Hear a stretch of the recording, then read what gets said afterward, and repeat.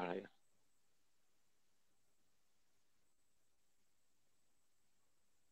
When does the video start?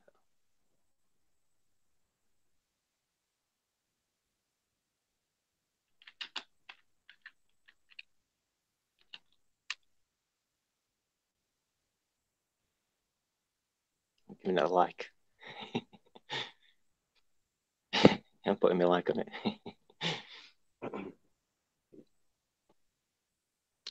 Is the sound coming out of this at the moment? I'm still going to speak this time. It should be. Talking? Can everybody hear us? Yeah. Yeah, I can hear it. Okay.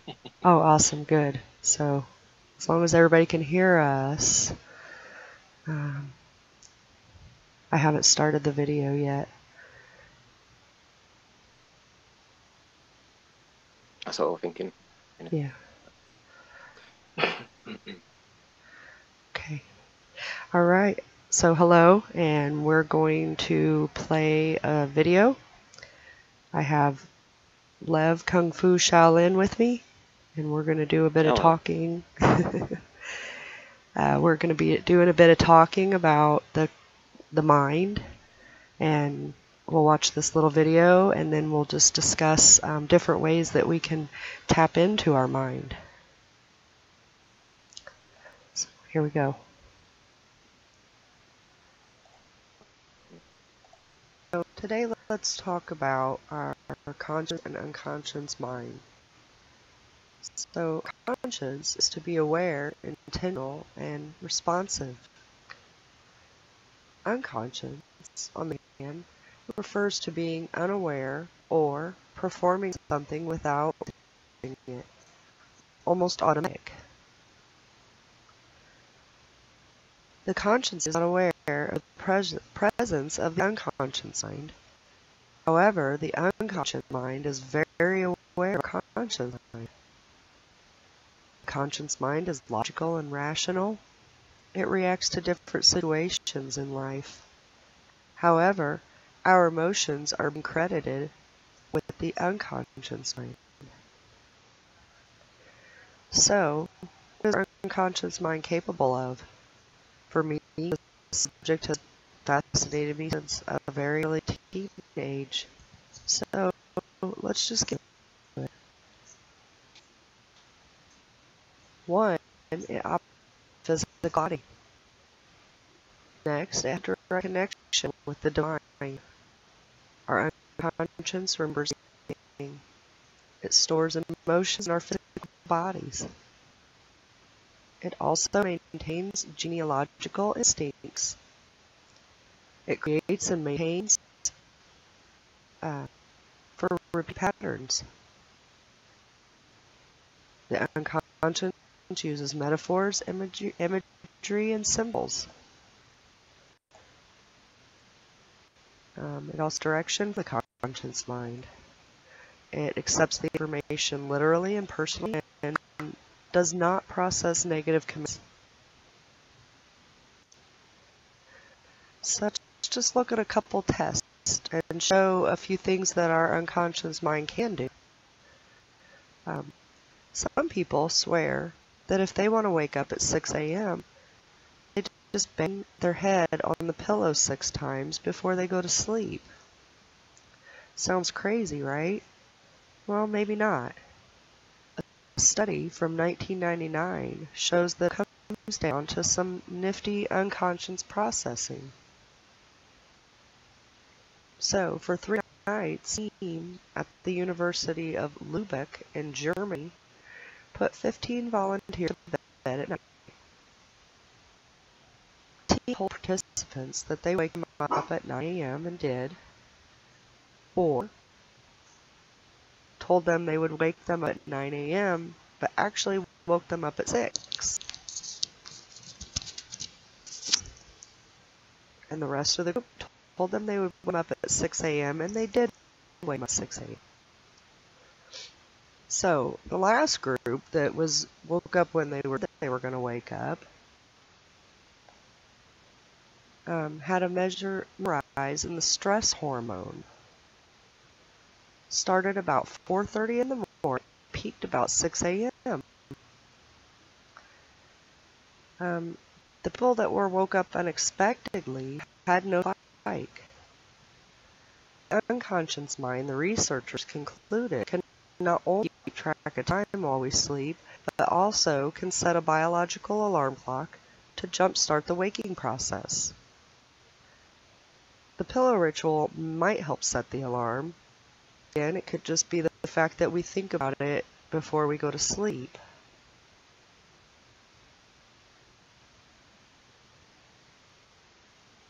It's pretty interesting.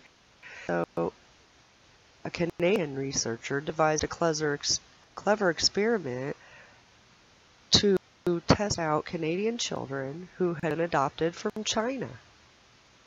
So these kids heard Chinese during the first year or two of their lives, but they left China before learning to speak the language themselves. So what they were interested in seeing was whether these children retained any neurocognitive traits of Chinese, even though they had stopped learning Chinese between 6 months and 24 months of age. A study published in the Proceedings of the National Academy of Scientists suggests that hearing Chinese left an imprint on the adopted children's brains that could be detected a decade or more later, even though they hadn't heard a word Chinese. Again, they understand a word of it.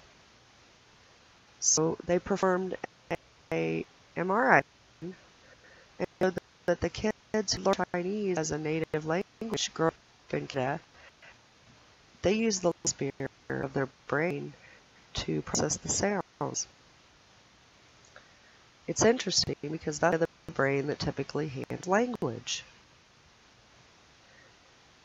Okay, and did the adoptees, even though they hadn't heard Chinese for a decade or more. That was surprising because the children who never heard any Chinese at all in their lives showed a different pattern of the brain. They processed the sound using the right hemisphere of their brain. That's the that processes sound, that's not language.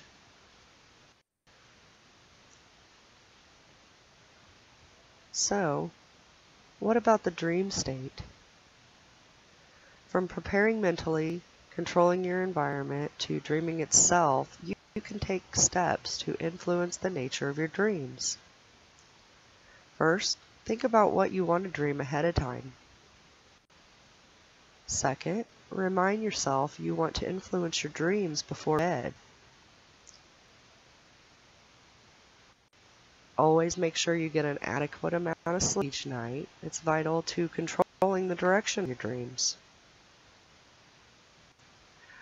Also, understand that sleeping in different positions can affect your dreams. Those that frequently sleep on their stomach, it can affect your breathing. Your breathing may become short, and for some reason, it seems to sexually charge the dreams. There's much more than that we can learn about dreaming in our unconscious mind. When you wake, if you want to study this, keep a dream journal. Write in it upon waking up, but before you leave your bed. You'd be surprised at how vividly you remember dreams upon first waking, and how they fade as the day goes on.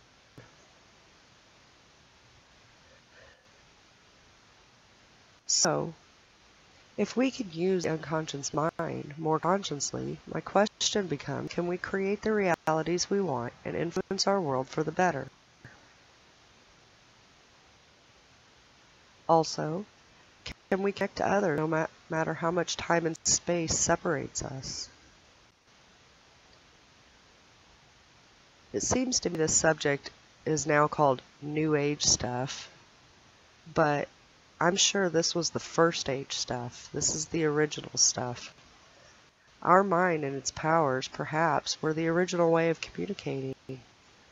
As we and our brains shrunk and our lives were shortened,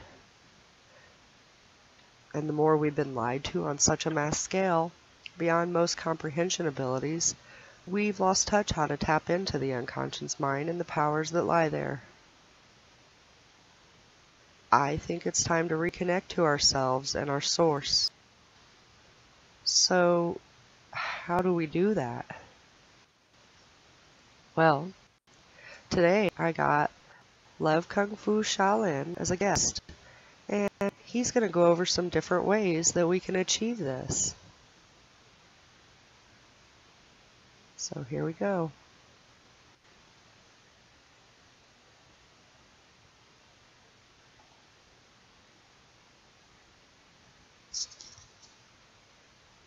Okay, so that was just a little video kind of touching on what our minds are capable of doing and how very little we know about them.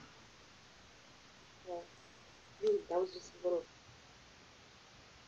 And I heard myself.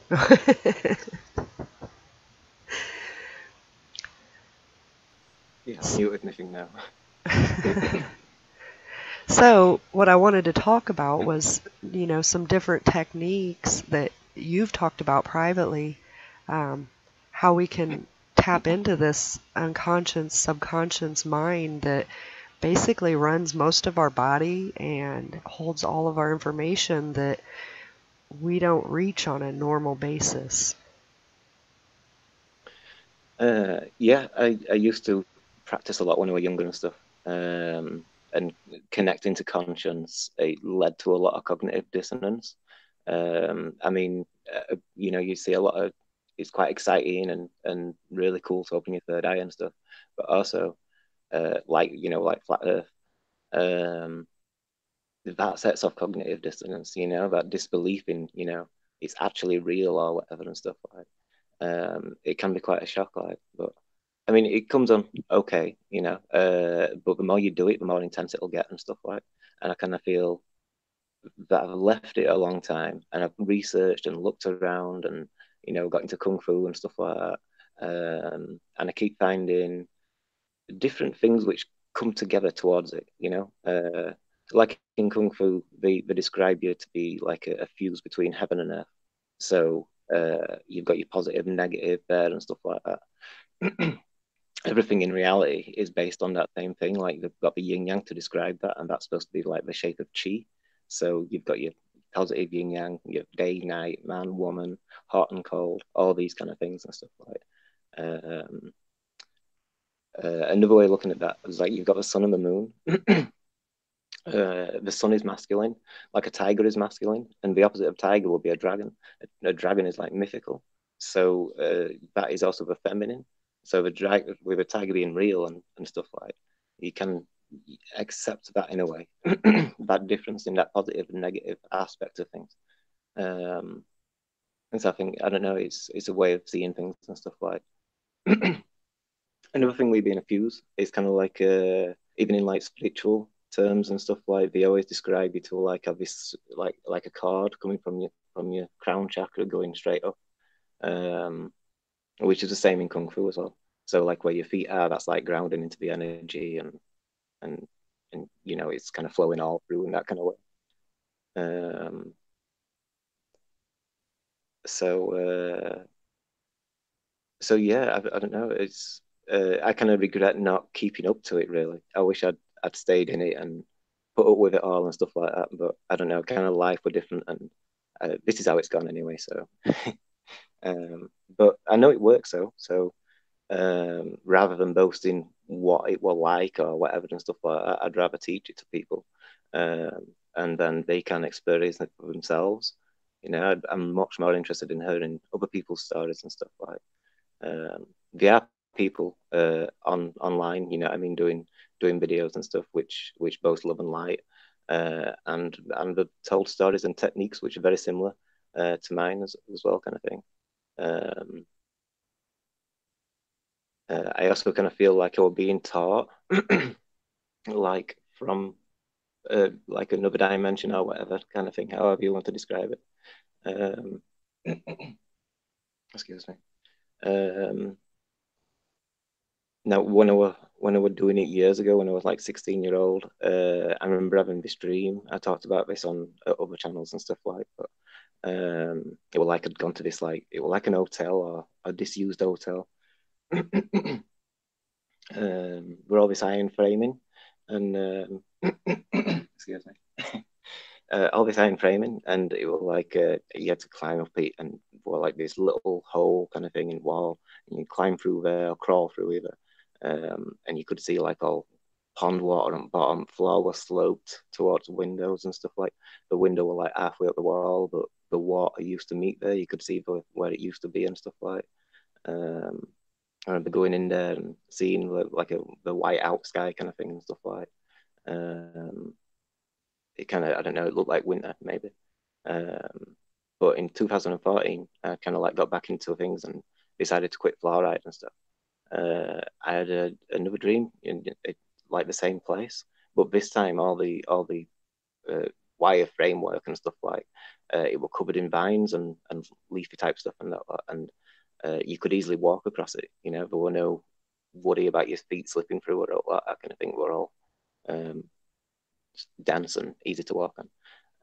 So then, as I climbed through the little hole again, this time the water was up at its level towards the window, and it was full of like pond water. You could see all the algae and all that kind of stuff. I remember climbing in toward a tree stump, and it had like this giant butterfly about the size of a football or so.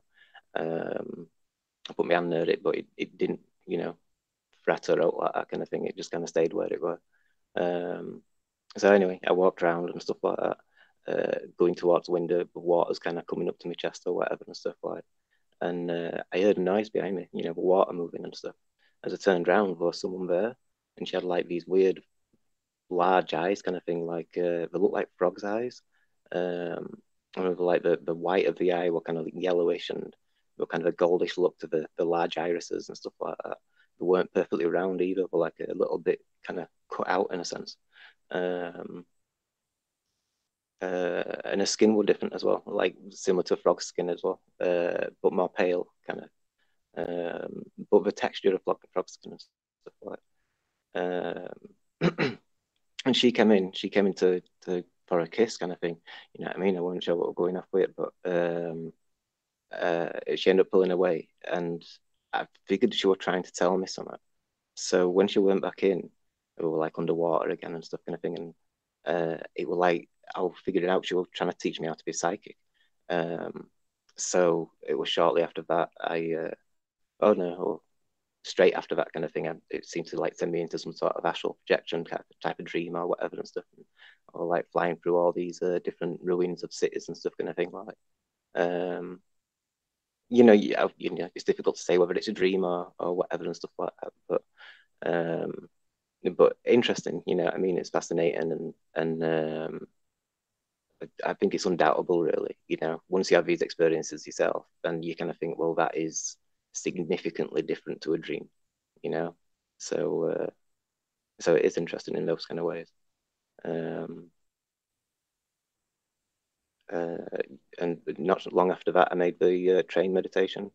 I put a video up of that. I don't know. It's been quite a few months now, maybe earlier this year, anyway. Um, now what were it now? A train meditation. Now this will be quitting fluoride. Um,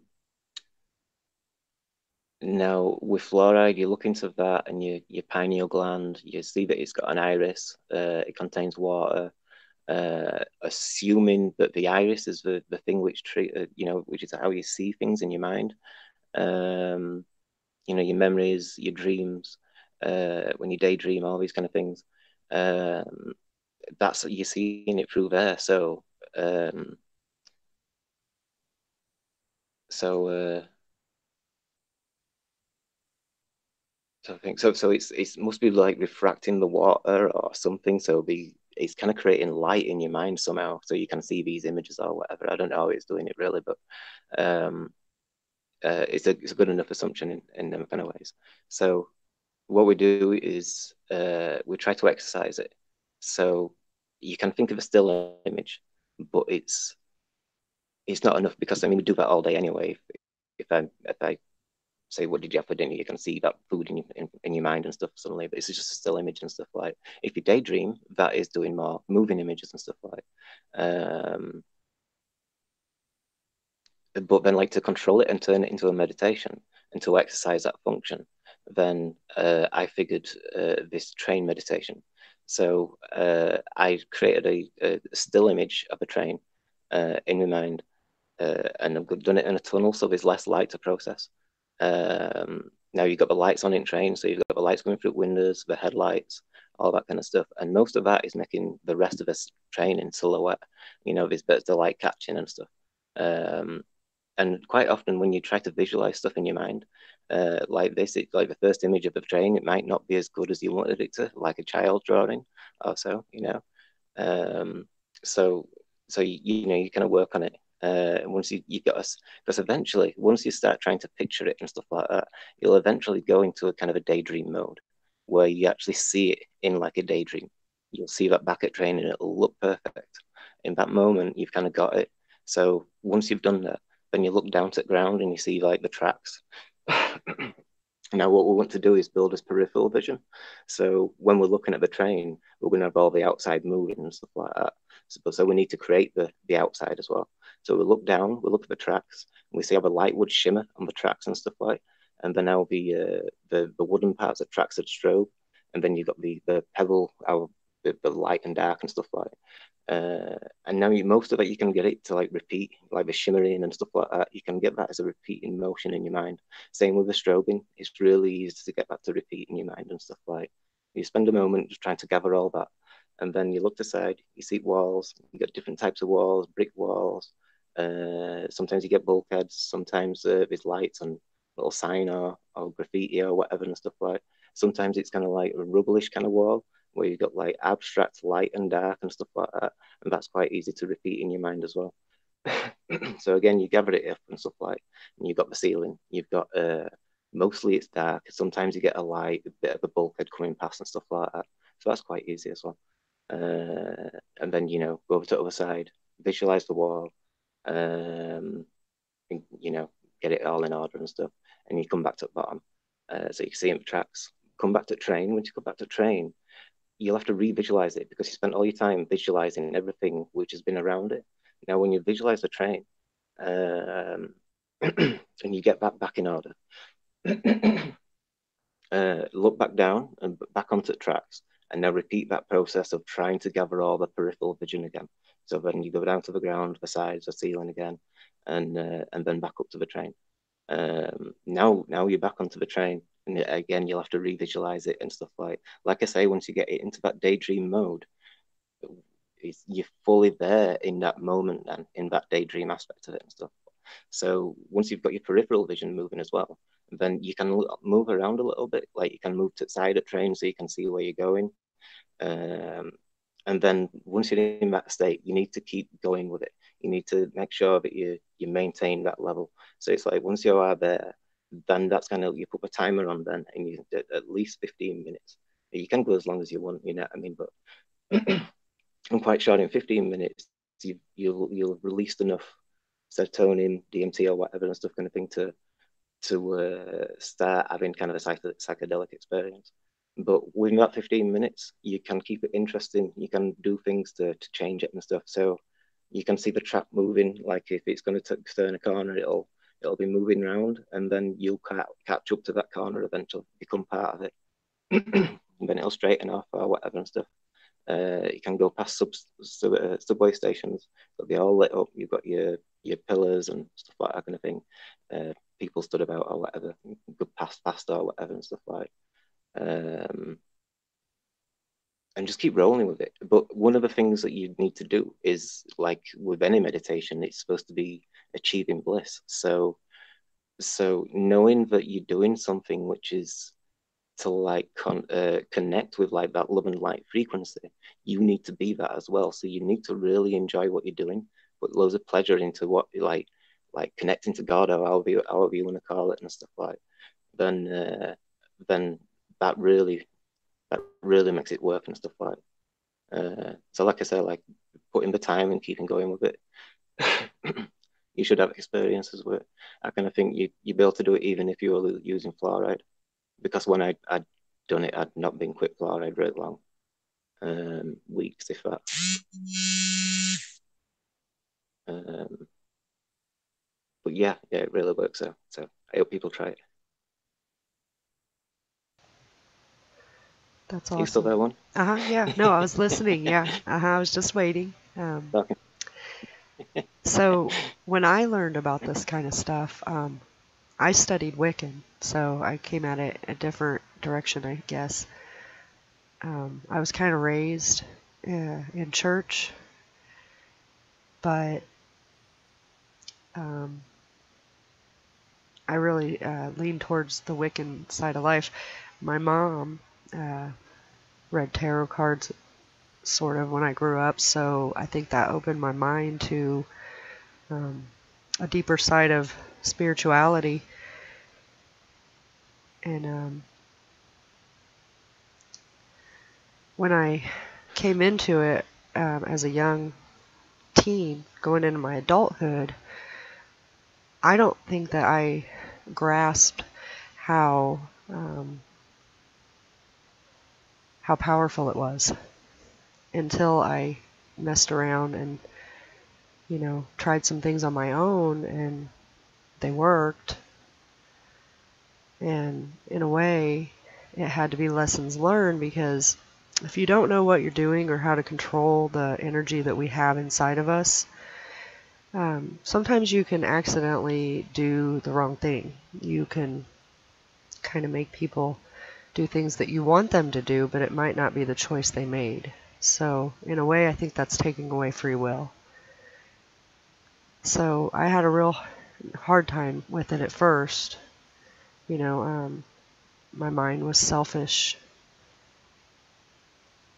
So I saw a lot of things happen. I mean, a lot of weird things. You know, I used to do a lot of candle magic, and we played with blood magic. There's reasons that I feel the way I do about things now, because I've seen a lot of things happen. Me and my friend, we played with blood magic, and we tried to, become spiritual sisters. So that ended up binding us, which is fine because we're still friends. But every time she would get upset, I would hear her in my mind. One time it was really loud, and I went to her house, and she was actually screaming for me in her basement through this sheet that she had hanging on the wall, which, some of you might not believe me. It doesn't really matter, but at that point I kind of saw how powerful this stuff can be,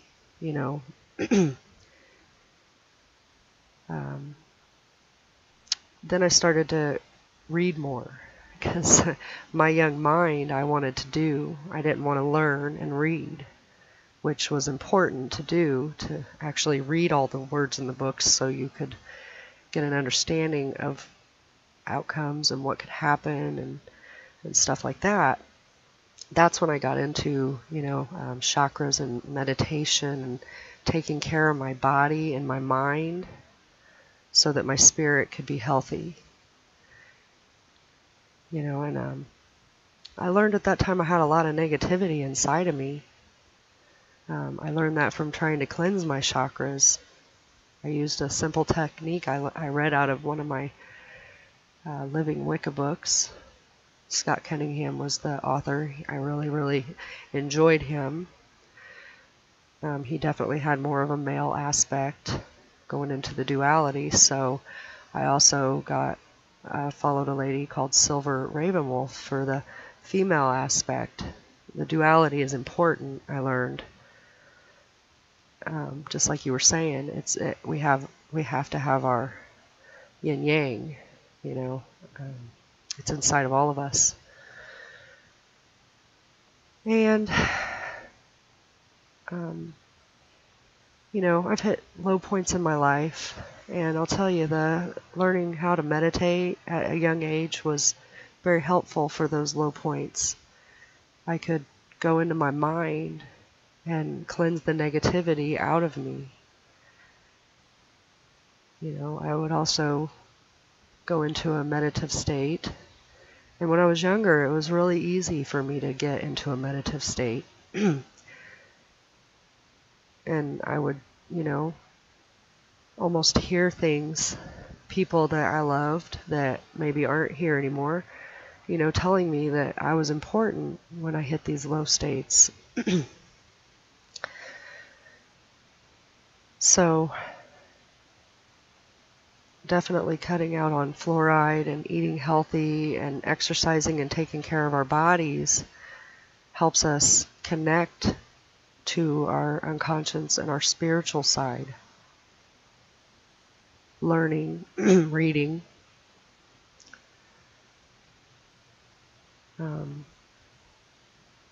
So then I learned about grounding.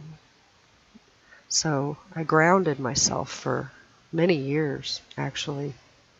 And after that, I couldn't meditate as easily.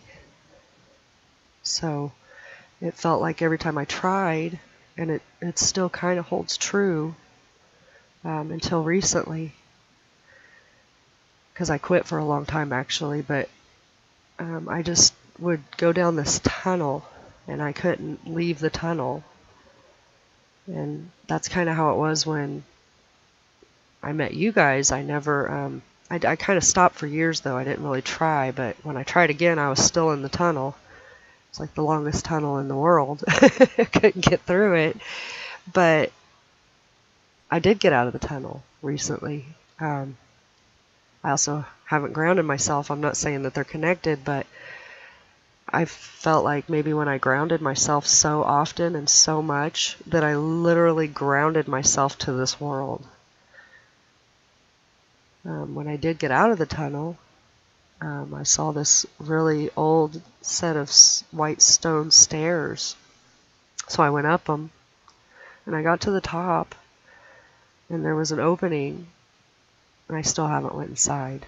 So it's not that good of a story, but that's where I'm at with my spirituality is I feel like I've entered the crone stage. I've been the maiden, the silly young girl. I've been the mother, the loving, nurturing. And now I feel like I'm entering the crone where I'm ready to share my wisdom with others, my children, my grandchildren, anybody who wants to listen and share stories. So, yeah, that's kind of where I came from through this.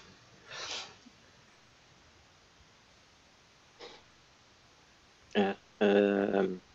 Yeah, I agree with all them kind of things. Like getting rid of fluoride and then aspartame and all of them kind of, you say your health is primary really because it's like your fuses it between heaven and earth, and that fuse is what's connecting you. So the healthier you are, the more likely you be able to be psychic and connect and stuff like. Um,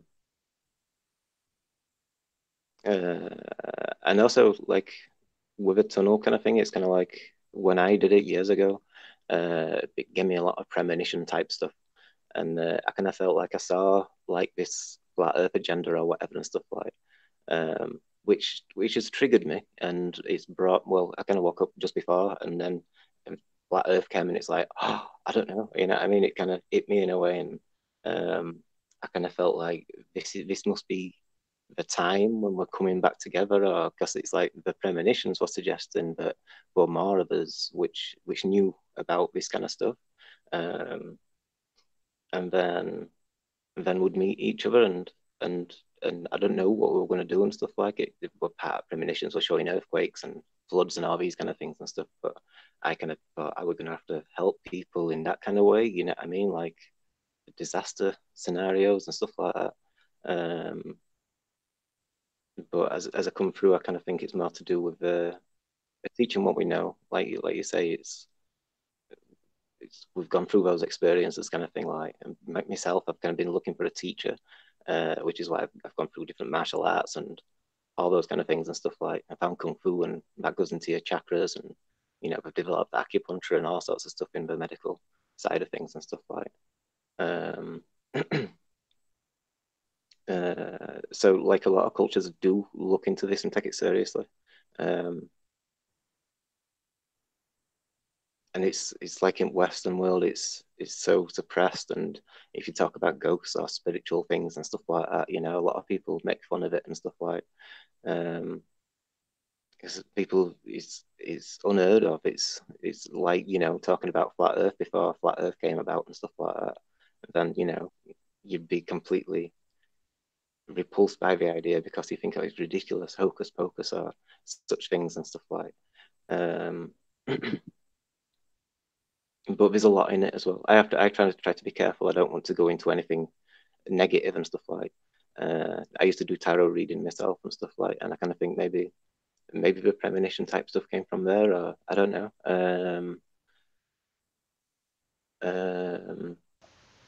With the tarot, sorry to interrupt. Yeah, maybe. With the tarot, what I've found is I think it's more of a telepathy.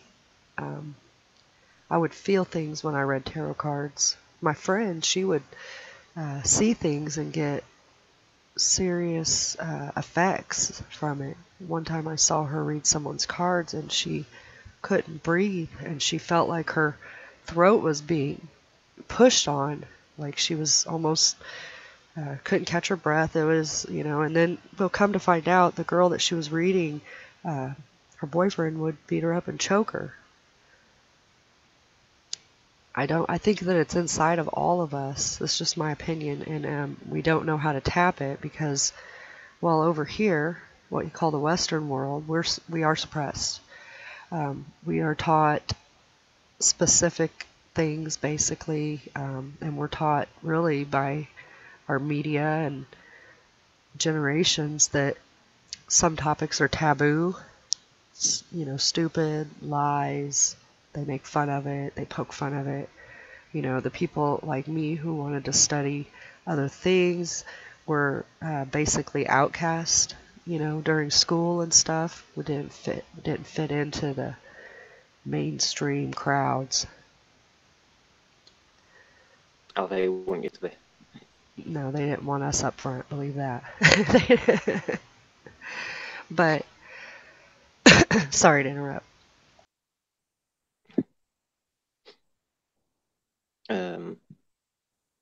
Like one thing, like mind reading. I've never practiced mind reading. I believe it can be done. I think thought projection. I think that's kind of okay and stuff like that. It all depends on your intentions, really, doesn't it, and stuff like. I kind of think mind reading won't be bad if you're in a bad situation and you kind of needed it, you know. But I kind of felt like somebody were mind reading me once, and I don't know, it started laughing, kind of thing, and it seemed relevant, and then like I kind of looked inside and it looked like a little bubble in my mind, and for it to seem like that and look like this thing, like, you know what I mean, it looked like a fly, you know what I mean, like two red eyes, massive red eyes and stuff, kind of thing, like, but it's like it's like stretched, or I don't know, because it's going through into your conscience and stuff like that, and it's however that person were trying to see and stuff, kind of thing. So but anyway, but I saw it and I just associated it with him straight away, and that his mind reading me and stuff, that kind of thing, and it felt like you were in there, kind of thing, like. So I kind of like strobe my mind, you know what I mean, your thoughts and stuff, kind of thing, and then put kind of mental shields around you and stuff like that, so they can't access the frequency or whatever and stuff like. Um, but no, I'm convinced that were real, kind of thing, that we were doing. Kind of spooky, but It is like, is it karma? You know what I mean? What he's doing? Do you see what I mean? It's kind of like, I think karma's a real thing, and I think what your conscience is a real thing, and when we leave this place, and I kind of think there's consequences for what decisions you make in life and stuff. So, especially with something like psychic kind of abilities and stuff, kind of thing, then I don't know. I kind of think you've got to be careful with, as we go along. We're going to research and find out more and stuff like that, kind of thing. But like I'm doing it pure, you know what I mean? Just the light work things that I know and stuff like that. Anything that seems kind of sound and stuff like that, like remote viewing and stuff. I'm quite cool with doing and stuff. So, like I say, I know that stuff works. You know what I mean? And once you connect with that, it's really cool and stuff like. Because you get a lot of things come to you and stuff like imagery and stuff to do with I don't know. It kind of gave me the impression that I already existed before I came here. I agree with that. Yeah, we've forgotten, but are we supposed to remember? I believe so, because if you connect, then that's how that's how we know in that kind of sense. So I think it's the best thing to do is to connect. Um, you're looking after your health and everything, aren't you? So Yeah. so yeah, yeah. With mind reading, me and my brother used to play a game when we were young. We were pretty young, but we would take a deck of cards and each one of us would take turns holding the card up and having the other one guess at it. It actually turned out pretty well, those little games we played. But later, me and my brother, we had a lot of the same friends. And I had one of our friends tell me that they would feel him trying to get in their mind, if that makes sense. It was just one of those weird Yeah, things. I felt him. I felt him get in my mind when we would do those cards. I had no idea what it was, but it was almost like a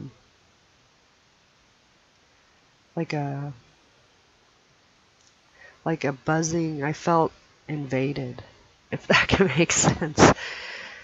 I felt yeah. that That's what as I felt. Like you feel kind of naked in a sense, don't you? You think, whoa, yeah, what are you yeah. doing? And I felt that in my adulthood as well. I don't know if I knew what it was then either, but I felt like uncomfortable. Like I didn't want to think or talk. I wanted to leave. And I think that's what that feeling may have been. It's his empathy as well, isn't it? But you know if it's different though. Yeah. You can feel the people around you and stuff like that kind of thing. Like, but no, no, I've felt like that before in past. Like when like if you're just on a bus or whatever and stuff, and suddenly you feel intruded or whatever and stuff like. Um, so Yeah. other It's like a people try. heavy feeling. That's a good way maybe to describe it. Like a real heavy feeling, like very uncomfortable. Yeah, yeah. You know it's there, don't you? In Yeah. that kind of way. You might not know what it is, but you can feel it happening. And I didn't like it. So, I mean, in a sense, I guess maybe that helped develop my social anxiety that I don't like to be around a lot of people. Being an empathist doesn't make that any easier. Like you were saying about the shield around you. I developed a technique at a pretty young age where I would visualize mirrors around me and pointing outwards, just surrounding my whole body on the outside of my little bubble.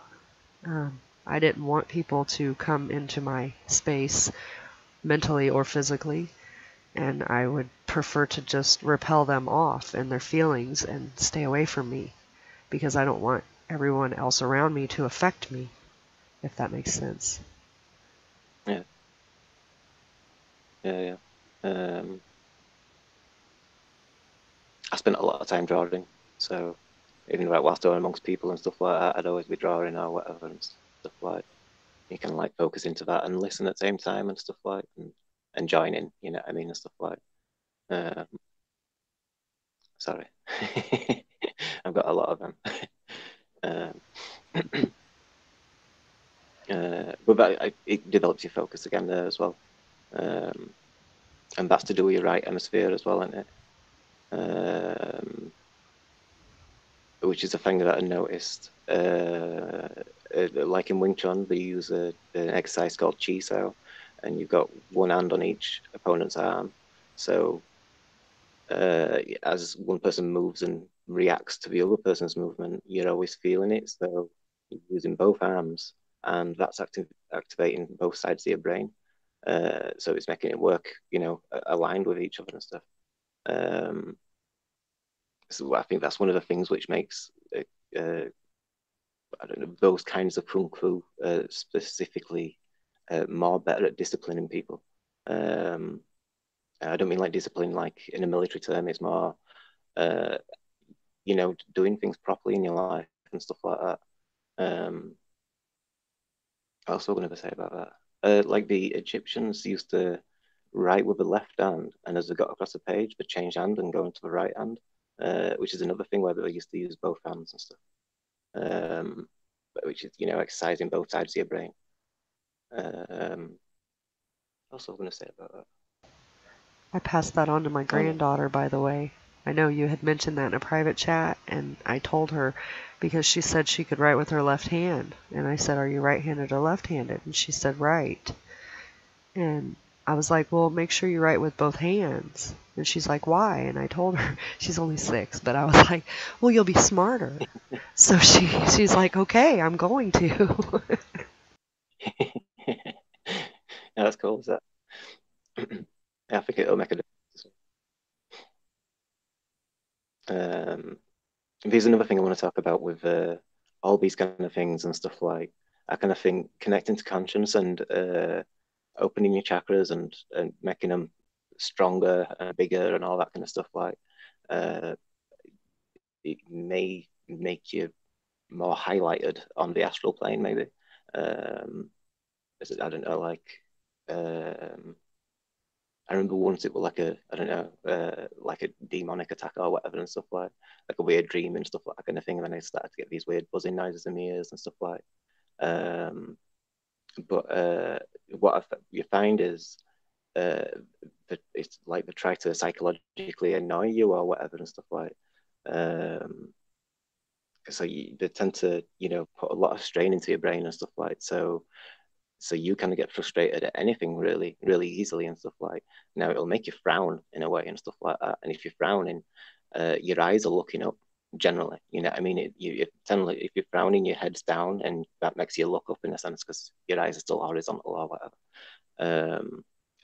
But one way to get rid of that is by looking down simply. Because well, if you are looking up and you're frowning, that's making all your muscles on your crown tense up and stuff, which may be giving them access, easier feed or whatever. I don't know what they're doing and stuff kind of thing, but and also, so like I said, looking down, it kind of clears it off. It relaxes the muscles and stuff like. But also, you got the will of it. It's like they need you to deny them permission or something like because um it just seems to work like that. Like they seem to need permission or whatever and stuff. But if you don't deny it, then they seem to be able to come onto you or whatever and stuff like. So it's just as simple as that. Denying them that permission and being consciously aware of it, because it is something of it. You know what I mean? And stuff like we did an exercise, me and mate, when we were doing it and stuff like. And I says, I think there's like someone trying to get me or whatever. You know what I mean? And stuff like. And he could channel at time and stuff like that. Oops. Um, and so we sat across from each other, cross-legged, and I had my hands palm up, and he had his hands palm down, and we kind of connected each finger together. Thumbs weren't connected, just the fingers. Um, Hello, can you still hear me? Yeah, I still hear you. Uh-huh. All right, the phone just went a bit wappy. I'm on the main screen at the moment. Um, so yeah, we had his fingers like that, and then my left eye looked into his right eye, and my right eye looked into his left. So they're going straight across from each other, and we tried to focus and look like that, and I could see it. I could see the entity which were trying to gain access and stuff like. Um, so it's as real as that or whatever and stuff and everything like. Um, it didn't look that different from human, really. You know what I mean? It was kind of the same shape and stuff like that. But anyway, like I say, to get rid of it, like you concentrate on not frowning, not getting annoyed and stuff like that kind of thing, and denying the fact that it can actually do anything because there's nothing it can do really unless you allow it. So like I say, it's something that needs to be mentioned with this kind of stuff, like because there's all that kind of stuff out there and stuff like, and there's so much else as well, you know. So yeah, it's far out, and you know what I mean. It sounds like, you know, crazy talk or whatever and stuff, but you practice it and you connect and you find out more about yourself and stuff like. So I kind of think it'll the more we do it, the more we uh, understand how to go forward with it. You know, this is like, you know, the early steps in it and stuff like at the moment. Hello. I'm here. So for someone who has, say, never done anything, like this, just say they're kind of new to the whole subject and everything, where do you think they should start?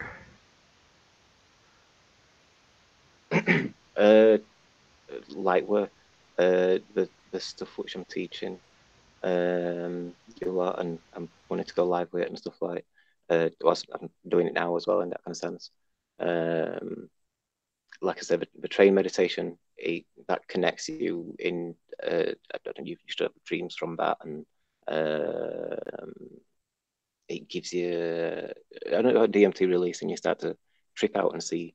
I don't know. It's kind of like, it's almost like astral projection in a sense, but you're not leaving your body, but you're awake as well. Most of my astral projection stuff when I was younger, I've never actually left my body, but it were always like when I were a dream, in asleep and stuff like that, I'd wake up and remember these little vivid dreams and stuff kind of thing like. Um, in 2014, when I was doing the training meditation and stuff like, I kind of got my head around the astral projection part of how you'd get out and stuff like that, and which is a lot of it. It's grasping that aspect of how to do it. You know what I mean? Once you get your head around it, then you can pretty much do it. So I'll have to keep practicing. But when I did it before, it felt like, oh, coming out of my body, and I thought, whoa, I only wanted to get my head around it, not actually do it. So let me jump a bit, but life's been a bit crazy since then. You know what I mean? I've been quite intense with flat Earth and keeping up with that and stuff like, and I should have spent more time, you know, developing this and stuff like.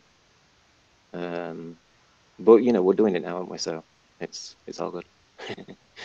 I've noticed little things as well, like deja vu and stuff like that kind of thing. Like, oh, this is a good little exercise. What's your earliest memory one? What's my earliest memory? Yeah.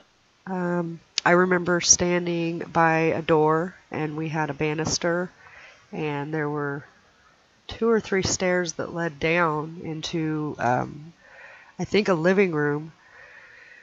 And it's real blurry and vague. And I remember saying something to my mom quite a few years ago about it, and she's like, "Oh my gosh, you remember that? You were only like 1.5, and that was the house we lived in when you were born." And we moved after that not too long, and so I guess it's about 1.5. That's quite cool. According to my mom. I can't say that's for sure, but that's what her answer was, "Oh my gosh, I can't believe you remember that." How old is your earliest memory? I'll ask you again next week, and then like every time I ask you, your memory it'll try and reach further, because you've attached to that point in time, and that's like, you know, you've brought that forward now. Now it's forward. Next time you think of it, you're likely to see further. You know what I mean, and stuff like. It's one way of expanding your mind and that kind of stuff. So you can maybe even remember before you were born, or those kind of things and stuff like. You never know. It might be limited to your brain. I'm not sure. I can remember climbing out my cot. I used to do that when I was younger, and then climbing into the living room, you know, crawling into the living room and stuff like, and trying to get behind the in so nobody would find me. They always found me. The kung fu side of me. He wasn't that good of a ninja back then.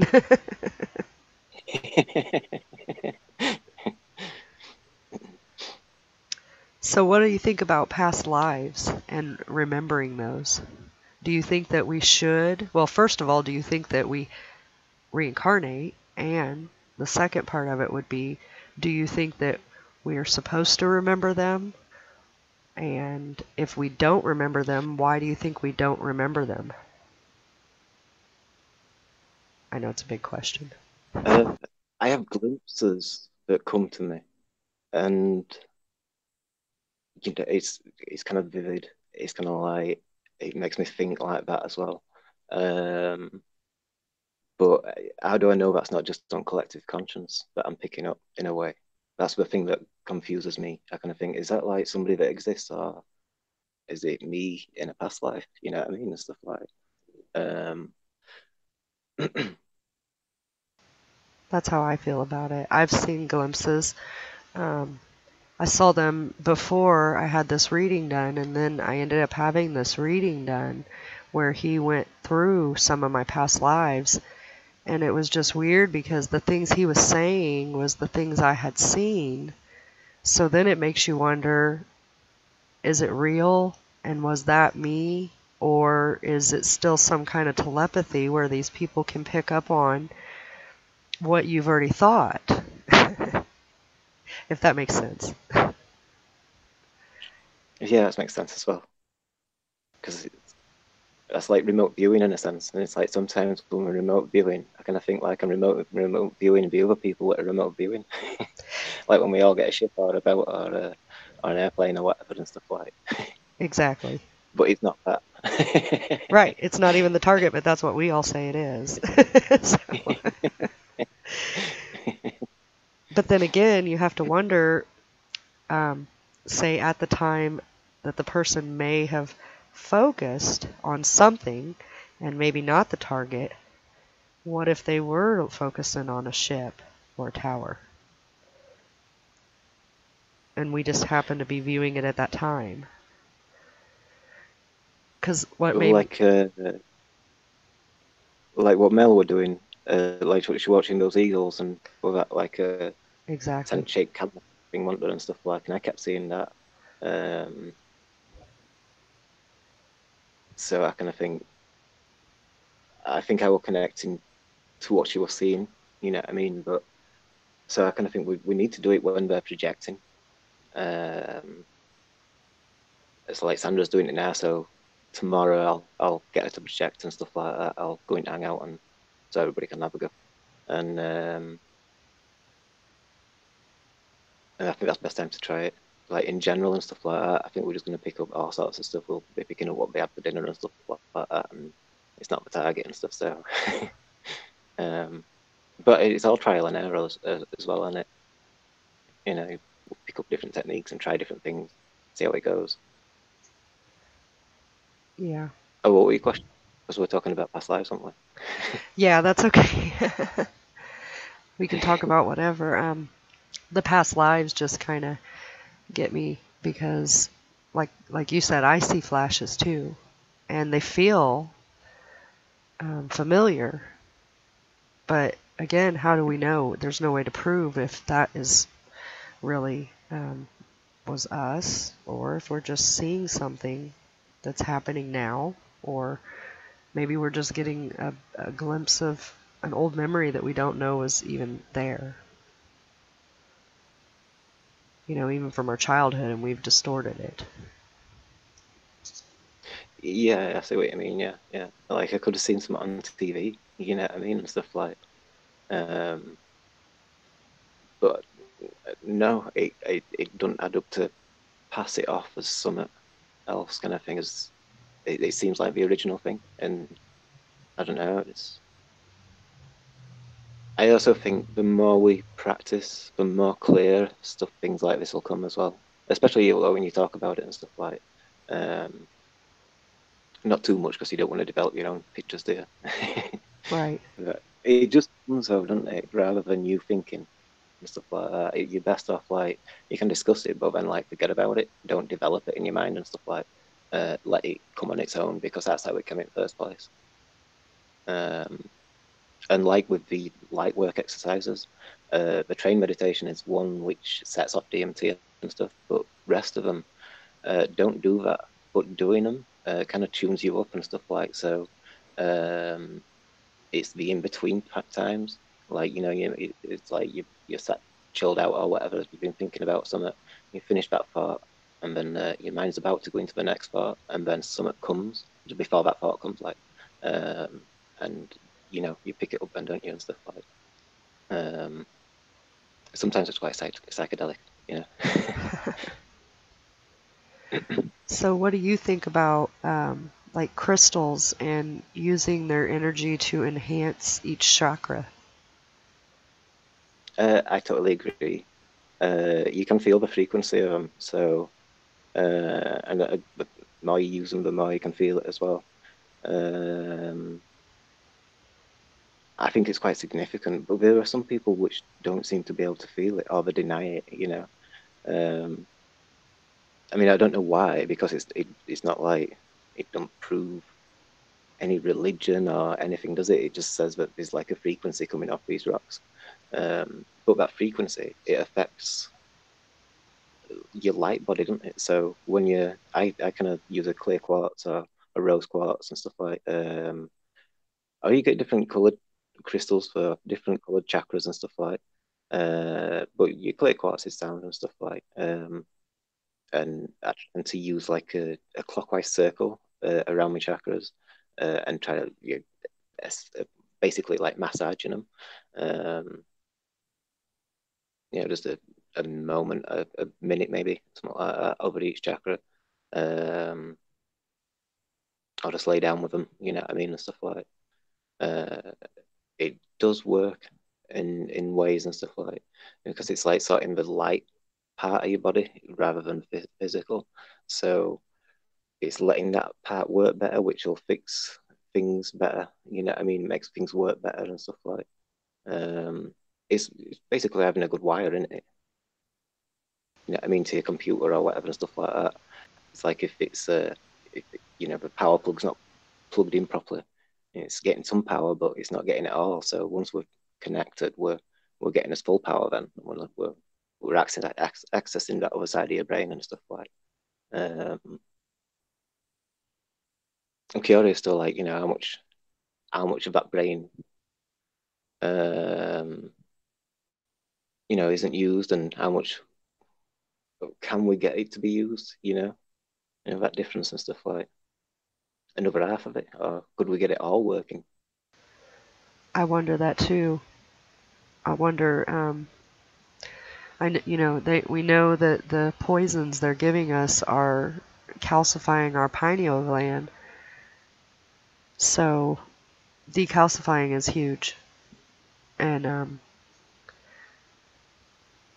they say we only use 10%. I think some of us probably use more, the ones who have woke up more. But yeah, what would happen if we did use the entire brain? Would we implode? Would we blow up?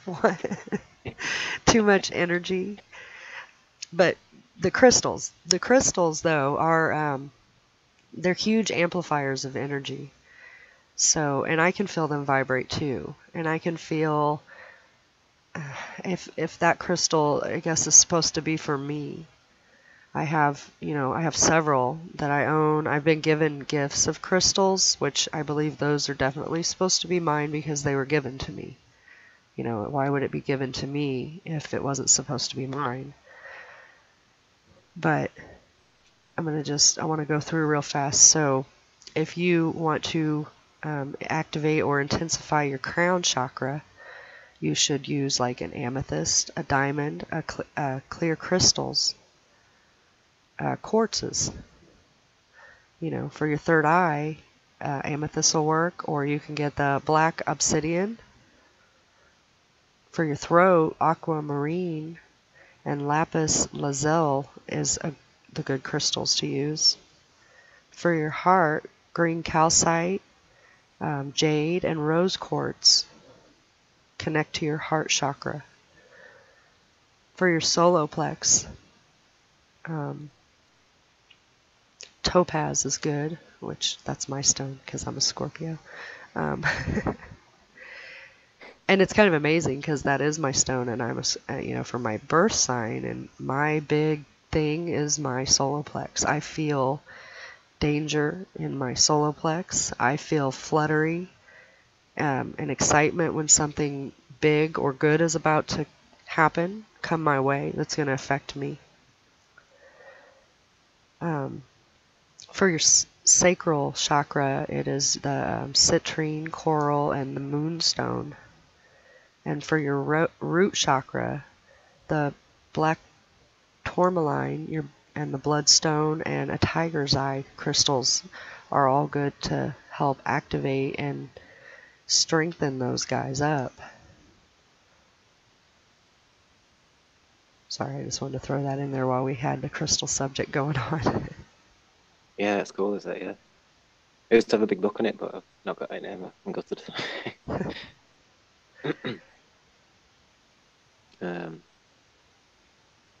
There's onyx as well, isn't there? You know about onyx? It's supposed to be absorb energy. It's supposed to keep it away from the other crystals and stuff like that. Yeah, now that you said that, I actually do remember that. I had forgotten that. Yeah, but black is always I've always known it as an absorber, so I don't know why I forgot that. Yeah. I don't know if it's something that's used to specifically say, but I don't know what you use onyx for, really. So let's talk about blocks in the chakras. A lot of people get blocks. When I was waking up and learning so much stuff at once, I got this huge pain in the top of my spine, right at my neck, leading up to my head. Somebody suggested that it could have been a block, and maybe I was learning too much at once and I needed to turn off for a little while and rest. But maybe if you could talk about blocks and how to get past them to people, because I think a lot of people get the blocks.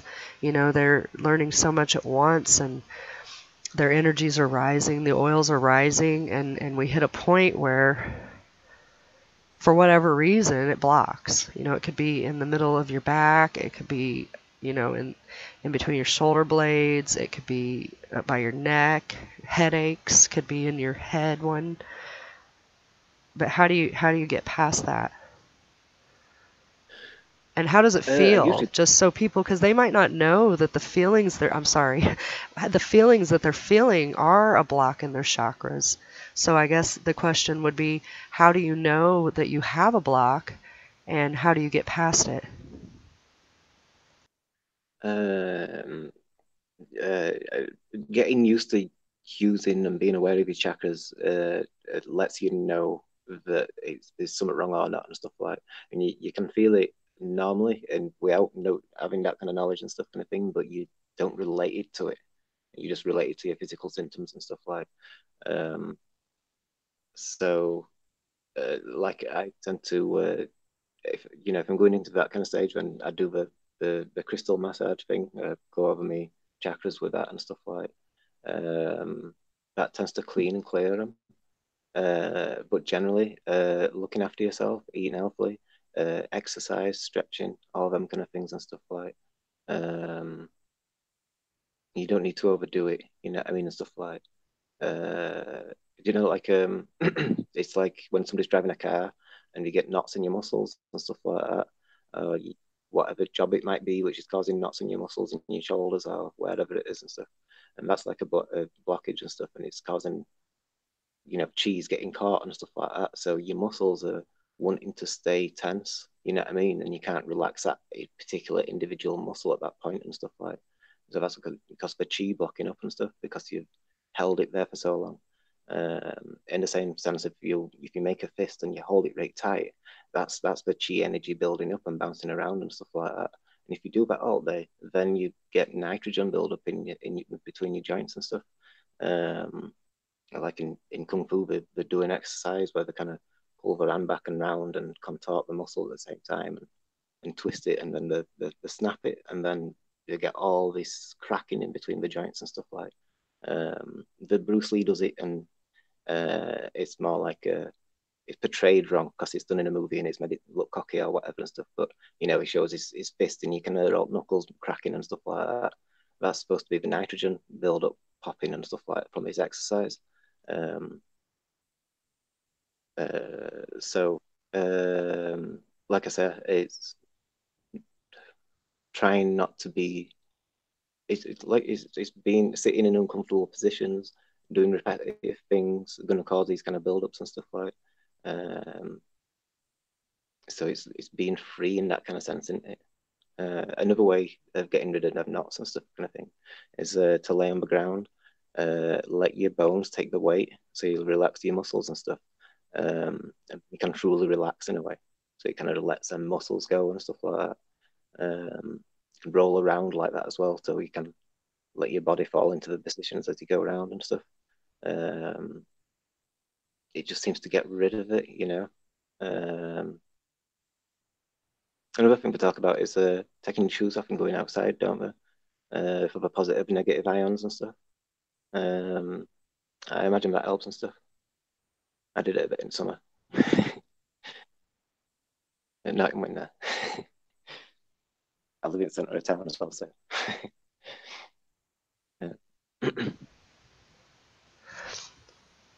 Yeah, that's what mine felt like, was a huge muscle cramp in my neck. I mean, I couldn't even turn my neck back or forth. It was actually quite painful and uncomfortable. And I laid flat and relaxed, made my mind relax my body. That's how I made it go away. That consisted of getting off the computer for a couple days, but it worked. Jason said he would love to know how to clear the throat chakra. Any advice? Uh, um, like in the center of the screen now, you've got that little ball flashing and stuff like. Do that to your chakra. Visualize it and expand it, and like put real intent into it as well. Like like with all these kind of exercises, it's kind of like walking, and that's like second nature to you. But whenever you see an infant trying to walk for the first time, it takes them a long time to adjust to it, like get them steady steps going and stuff like that kind of thing. And this is the same thing. We're not used to these kind of exercises and stuff like. So put like real intent into making it real in a sense. You know, I mean, you're using your mind to do it, and it's kind of like just imagery in your mind or whatever. But that real intent, it's how to make it work and stuff like that. You can do this with all your chakras.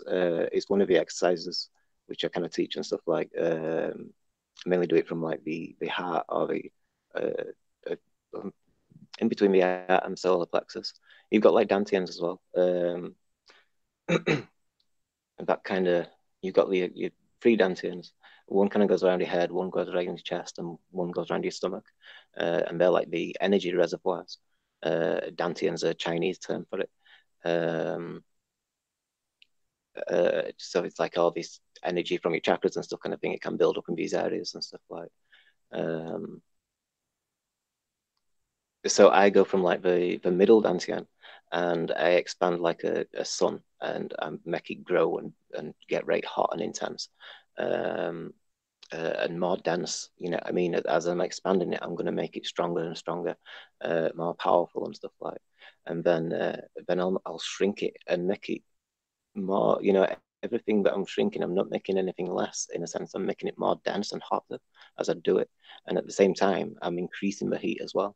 So I'm just making it super hot. You know what I mean? And then I'm going to expand it and fill it with even more hot heat and stuff like that. So as it expands, it's going to burn out any negativity in your body or in your aura field and stuff like anything that's black. It make it attach and burn away and stuff like that, and push away at the same time and stuff, and completely disintegrate anything negative within you. Um, so you can do that for individual chakras and your whole self as well, kind of thing like that. So yeah, that is it's also a good exercise like for connecting to conscience. Like I said, if you do practice these exercises and stuff, it will work and stuff.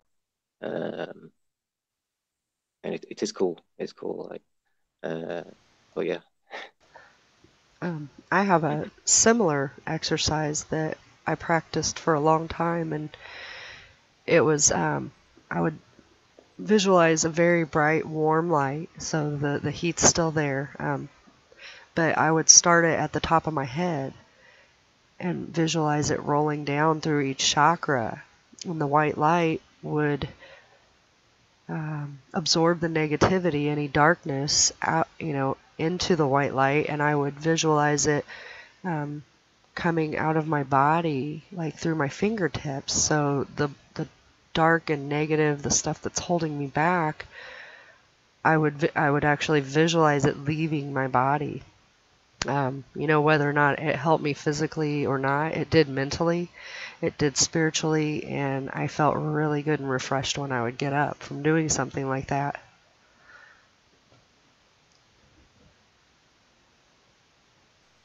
Yeah, you do feel refreshed. After all exercises, you tend to feel like dizzy, like you've just woken up kind of thing, like that refreshed kind of feeling, and a warm and fuzzy.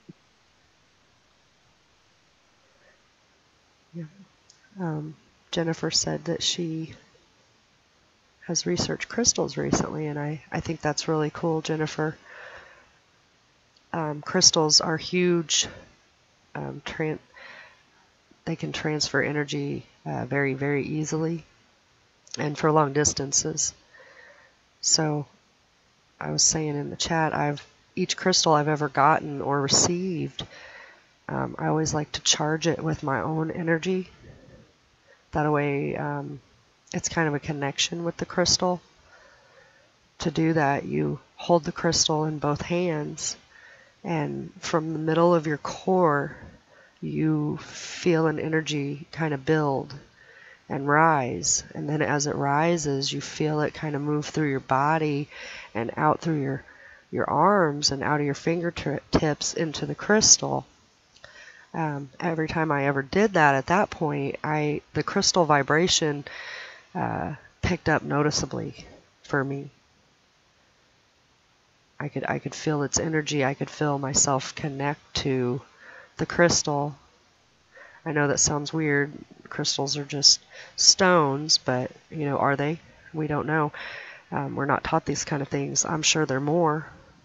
Ancients used to use a lot of crystals, and Yeah,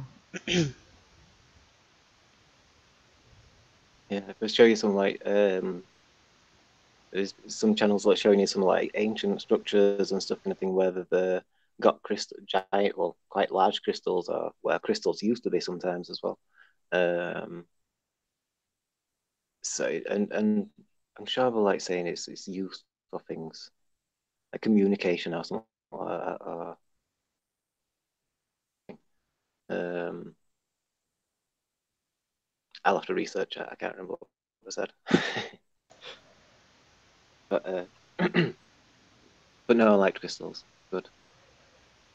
yeah, I do too. Well, I think that's about it, unless anybody has questions.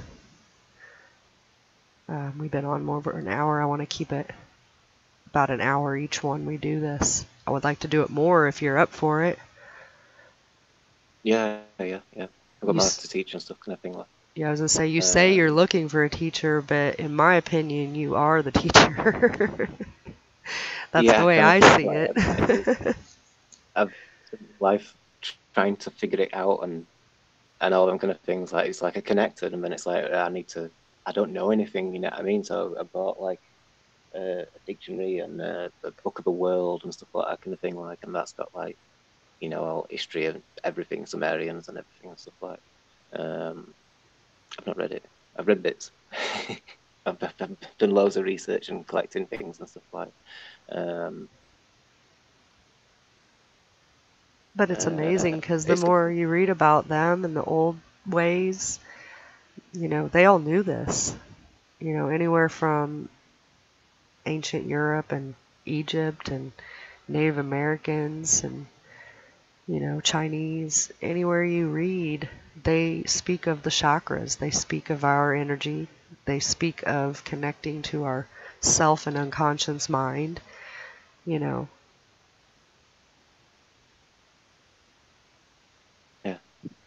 Um, yeah, it works and stuff. I want to go live as well, kind of thing, and then I can. I don't know if I can do it regularly. Once I want to do it. I don't. Well, I need to have people with me in a kind of sense because just need to be communicating and stuff like that. And I don't. I feel it's a bit cruel to rely on one person if I want to go live so irregularly and stuff like maybe every other day or something like that kind of thing. Because that's another thing. Like a lot of the exercises, to fully connect and stuff like you do have to do it every day. So like I'd like to come on quite regularly and keep people topped up. So the people that want to do it are going to do it and stuff like are going to connect and stuff. Um, whether it seems boring or not and stuff. Sometimes I kind of think that boringness is better because if I don't know if you feel like it's going to take a long time and stuff like that kind of thing, it's good because we don't really. It's better to be taught that not to expect fireworks and stuff kind of thing like so. So it comes easier in a sense. Yeah, that makes It's sense. yeah. It's like you know how you visualize like the monasteries and stuff kind of thing, like even the Buddhist monks and stuff kind of thing, and the um as a child you see it all kind of boring in a way. They just sit down and not do much. You know, for like a child's eyes and stuff kind of thing. But it's that peacefulness which is there kind of thing. Um, so rather than being excited about it and stuff like the train ride, if you go for a train, I don't mind people being excited about that because that's part of it in a way because you want to get to that bliss stage and stuff like that, and you want to enjoy all of it as well, kind of thing. But um, just let it happen on its own. You know what I mean? So do the exercises regularly, be in the frame of mind of it and stuff, and then it'll take care of itself. What needs to be brought to you and stuff like that, what you're ready for and stuff, kind of thing. All that will come. Um, Yep, I couldn't agree it's, more. It's kind of like, practice makes perfect. And if we're practicing the wrong way, we're going to perfectly learn it the wrong way. That's kind of why I want to do this, because a lot of people don't know how to start this process. They don't know which way to turn. There's so much freaking information out there, and half of it's probably lies. So, that's why I wanted to do this. I think if we can help people wake up and learn how to control our focused energy and connecting to our unconscious, it just makes you question, what will we be capable of at that point? What could we do? What could we see? And how could we affect our world? People say positive thinking and this and that, and you can create your reality to be a positive one. And I've seen that happen. I agree. But I'm thinking if we can get more people together and focus this positive energy and learn how to control it in a positive way, how could we affect the world? You know, yeah. I just would like to see a Another world. thing, Sorry. another thing we like stepping into it. It's called love and light, and that's like the vibration that you're wanting to connect to and stuff like. So uh, it's like being in that frequency and stuff. So like like it's there's no competition. Like in martial arts and stuff like that, there's a competition element and stuff like in Wing Chun, the teacher specifically not to have that competition because we're all working together. And your development is your own. You can't really compete with anybody about that. You can only develop as fast as you develop and stuff. So um, same with this, you're connecting to conscience and spiritual truth. So there's no competition with it. It's just like finding that balance of what it is, that love and light aspect and stuff kind of thing. Um, and like yeah, like I said, it's just practicing the exercises and letting it do its own thing and stuff. Um,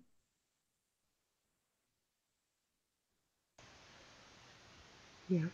but yeah, yeah, Yeah, so this was good. And, you know, um, we'll have to do it again. Maybe we can have different people join and discuss things. I think each person has different information that may be pertinent to helping. And plus, I think the more you read, learn, and hear other people's stories, you can find what works best for you. Just because something works for me or Lev doesn't mean that it's going to work for every individual. Each person has to find their own way and what triggers your mind to open up, I think. One of the precognitive things it was saying is that everybody would have their own specific abilities. Everybody's an individual, and so everybody's equal in that kind of sense.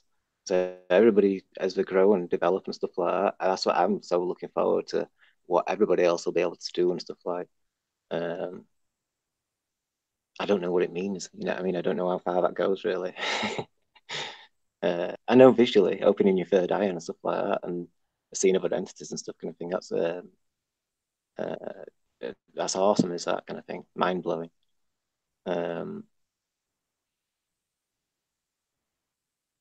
So yeah, it'd be good. I'm looking forward to getting on live and doing it regularly and stuff like that. It started now, like, isn't it? Yeah, I'm good at jump starting things. So jump start this real fast and then, yeah, go live, and I'll join you anytime you want. I think others are probably interested in it.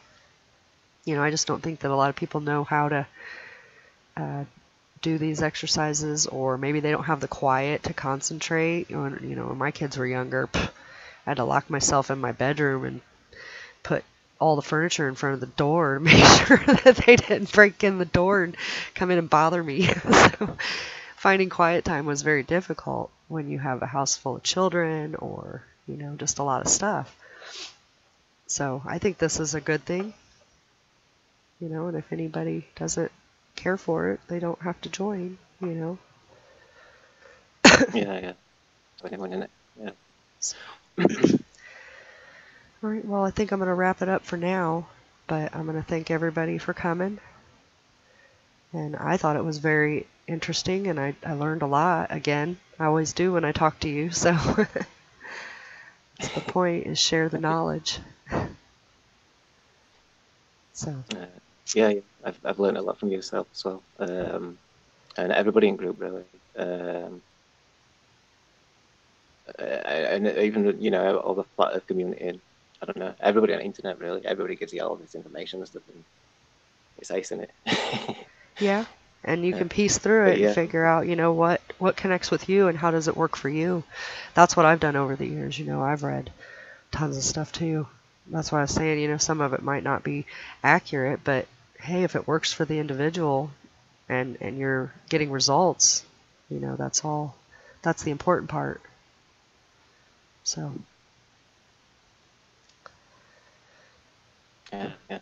Awesome. Cool. Yeah. Well, set it up and let us all know whenever you're going to do this again, and I'll definitely join in. Yeah, cool, yeah. We'll continue on here as well and just make it widespread. I don't know.